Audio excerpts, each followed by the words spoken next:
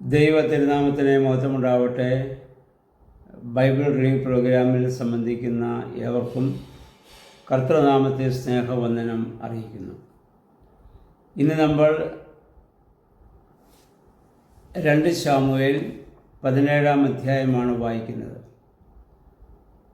16-ാം അധ്യായത്തിൽ അബ്ശാലോം ദാവീദും തമ്മിലുള്ള പ്രശ്നങ്ങളൊക്കെ നമ്മുടെ അദ്ദേഹങ്ങൾ നമ്മൾ പഠിച്ചു വരികയാണ്.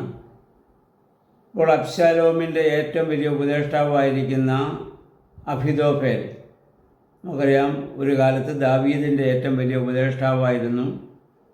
അബ്ശാലോം ബലവാനായി എന്ന് കണ്ട് അവൻ ഇവിടെ കൂറുമാറി അബ്ശാലോമിൻ്റെ കൂടെയായി. അവൻ അബ്ശാലോമിന് കൊടുക്കുന്ന ഉപദേശം ദാവീദിനെ വധിച്ചു കളയുക എന്നുള്ളതാണ്. അതിനുള്ള മാർഗം പറഞ്ഞ് ഇപ്പോൾ ദാവീദ് ബലഹീനനാണ്. അവന് ഇപ്പോൾ രാജസ്ഥാനത്ത് അവൻ മാറി നിൽക്കുകയാണ്. അവൻ പ്രാണരക്ഷാർത്ഥം ഓടിപ്പോകുന്നതായ ഒരു സാഹചര്യമാണ്. ജനങ്ങളൊന്നും അവന് അനുകൂലമല്ല. അതുകൊണ്ട് ഇപ്പോഴാണ് അവനെ വധിക്കാൻ പറ്റിയ കാലം. പക്ഷേ ഇതിൻ്റെ 15-ാം അധ്യായത്തിൽ 31-ാം വാക്യത്തിൽ നേരത്തെ ഈ അഹിഥോഫേലിൻ്റെ ആ ആലോചനയെക്കുറിച്ച് വന്നപ്പോൾ ദാവീദ് ദൈവസ്ഥലിൽ നടത്തിയ ഒരു പ്രാർത്ഥന, ഒരു വാചകത്തിലുള്ള പ്രാർത്ഥന നമ്മൾ നേരത്തെ വായിച്ചതാണ്. അഹിഥോഫേലിൻ്റെ ആലോചന, ദൈവമേ വ്യർത്ഥമാക്കണമേ എന്ന്. ഒരു വരി മാത്രമുള്ള ഒരു പ്രാർത്ഥനയാണെങ്കിലും ആ പ്രാർത്ഥന വളരെ ശക്തമായിരുന്നു. ദൈവം ആ പ്രാർത്ഥന കേട്ടു. അഹിഥോഫേലിൻ്റെ ആലോചന നടക്കാതെ പോവുകയാണ്. നമുക്കറിയാം, ഇതിനു മുൻപ് ദാവീദും അബ്ശാലോമും അഹിഥോഫേലിൻ്റെ വാക്കുകൾ ദൈവദൂതന്മാരുടെ വാക്കിന് തുല്യമായി അവർ പരിഗണിക്കുന്നവരാണ്. അത്രമാത്രം അവൻ്റെ ആലോചനകൾക്ക് ശക്തിയുണ്ടായിരുന്നു, അവനോടുള്ള ബഹുമാനവും ഉണ്ടായിരുന്നു.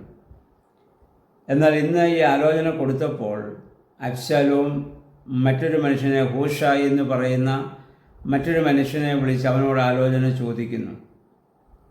അവൻ പറഞ്ഞു, അഹിഥോഫേൽ പറഞ്ഞതുപോലെ നീ ചെയ്യരുത്. ദാവീദ് ഇപ്പോൾ ഒറ്റയ്ക്കായിരിക്കാം, പക്ഷേ അവൻ യുദ്ധവീരനാണ്. കുഞ്ഞുങ്ങൾ നഷ്ടപ്പെട്ട കരടിക്ക് തുല്യമാണിപ്പോൾ അവൻ. അവൻ്റെ രാജ്യത്തും രാജകൊട്ടാരത്തിൽ ഇറങ്ങി ഓടിപ്പോകേണ്ട ഒരു സാഹചര്യമാണ്. ഇതിനു മുൻപ് സൗൽ രാജാവൊക്കെ അവനെ എതിർത്തിട്ടും അവൻ ജയിച്ച കാര്യങ്ങളൊക്കെ ഇതൊരു പക്ഷേൽ ഈ ഹൂഷായി അബ്ശാലോമിനോട് പറഞ്ഞിട്ടുണ്ടാവും. അതുകൊണ്ട് പറഞ്ഞു, അവനെ അങ്ങനെ നിങ്ങൾക്ക് കീഴ്പ്പെടുത്താനാവില്ല. അതും പറഞ്ഞ് അഹിഥോഫേലിൻ്റെ ആലോചന അദ്ദേഹം അബ്ശാലോമിലൂടെ തള്ളിക്കളയുകയാണ്. ഇതറിഞ്ഞ് അഹിഥോഫേൽ വളരെ ദുഃഖിതനാകുകയും ആ ദുരഭിമാനിയായ മനുഷ്യൻ, അഹങ്കാരിയായ മനുഷ്യൻ പോയി ആത്മഹത്യ ചെയ്യുകയാണ്. തൻ്റെ ഉപദേശത്തെ ഇതിനു മുൻപ് ദൈവദൂതൻ്റെ ഉപദേശത്തിന് തുല്യമായി കൈക്കൊണ്ടിരുന്ന അബ്ശാലോമും ഇപ്പോൾ തൻ്റെ ഉപദേശത്തെ കൈക്കൊള്ളുന്നില്ലല്ലോ എന്ന് വിചാരിച്ച് ദുഃഖം തോന്നിയിട്ട് അദ്ദേഹം പോയി ആത്മഹത്യ ചെയ്യുന്നു. ദുരുപദേശകരായ എല്ലാവരുടെയും അവസാനം ഇങ്ങനെയായിരിക്കുമെന്ന് നമ്മൾ ഓർത്തിരിക്കുക.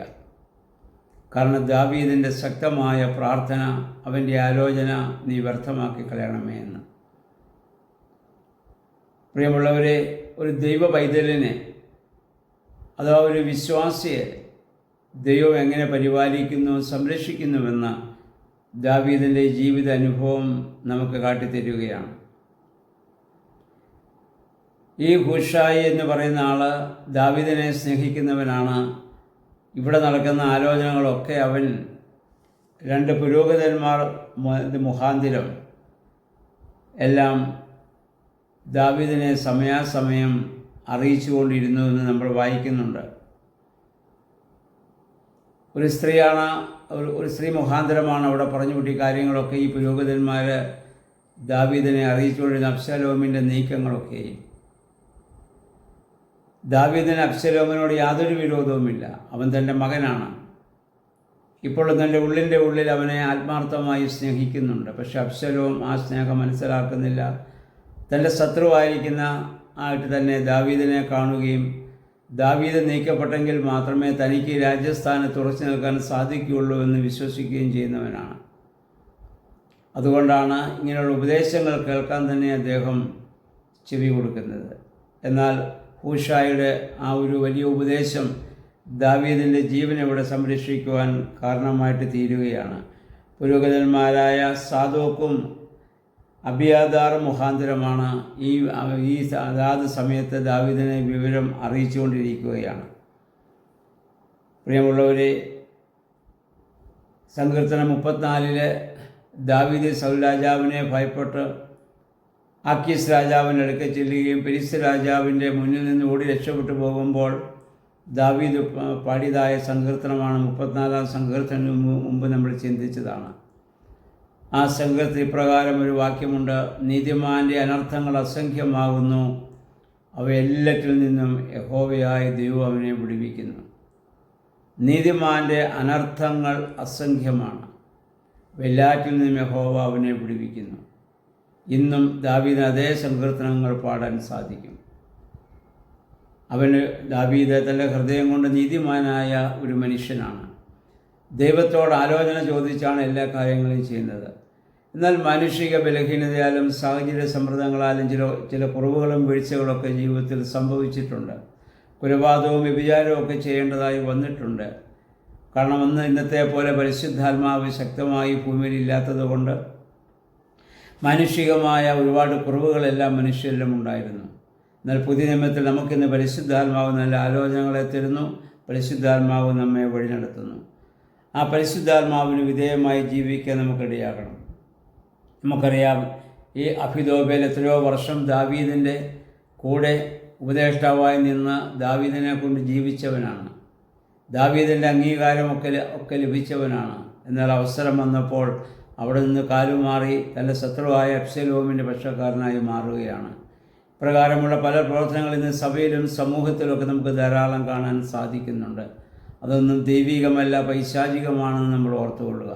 അതുകൊണ്ട് ദാവീദിനെ പോലെ ദൈവകരങ്ങളിൽ നമുക്ക് ഒരുപാട് ശത്രുതയും പ്രശ്നങ്ങളും പ്രതിസന്ധികളൊക്കെ ജീവിതത്തിലുണ്ടെങ്കിലും അതിനൊക്കെ അതിജീവിക്കാൻ തക്കവണ്ണം ദാവീദിനെ പോലെ ദൈവസ്ഥലിൽ നമുക്ക് ആത്മാർത്ഥമായി പ്രാർത്ഥിക്കാം. ആ പ്രാർത്ഥന കേൾക്കുന്ന ദൈവം നമ്മളെ സംരക്ഷിക്കുമെന്നുള്ള ഉറച്ച വിശ്വാസത്തോടെ നമ്മുടെ ജീവിതത്തെ ക്രമപ്പെടുത്തുവാൻ തക്കവണ്ണം നമുക്കിടയായിത്തീരണം. ദൈവമേ, പരിശുദ്ധാത്മാവേ, സ്ത്രീഹന്മാരെ ശക്തീകരിച്ചതുപോലെ ഞങ്ങളെയും അതിനെ ശക്തീകരിക്കണമേ എന്ന് നമുക്ക് പ്രാർത്ഥിക്കാം. ഈ കാത്തിരിപ്പിൻ്റേതായ ദിവസങ്ങളിൽ അതിന് ദൈവത്തിൻ്റെ പരിശുദ്ധാത്മാവിന് നമ്മെ തന്നെ പൂർണ്ണമായി സമർപ്പിച്ചുകൊണ്ട് വേദപുസ്തകം വായിക്കുവാനും പ്രാർത്ഥിക്കുവാനും സമർപ്പിക്കുവാനും നമുക്കിടയാകട്ടെ. അതിന് ദൈവം എല്ലാവരെയും സഹായിക്കുമാറാകട്ടെ.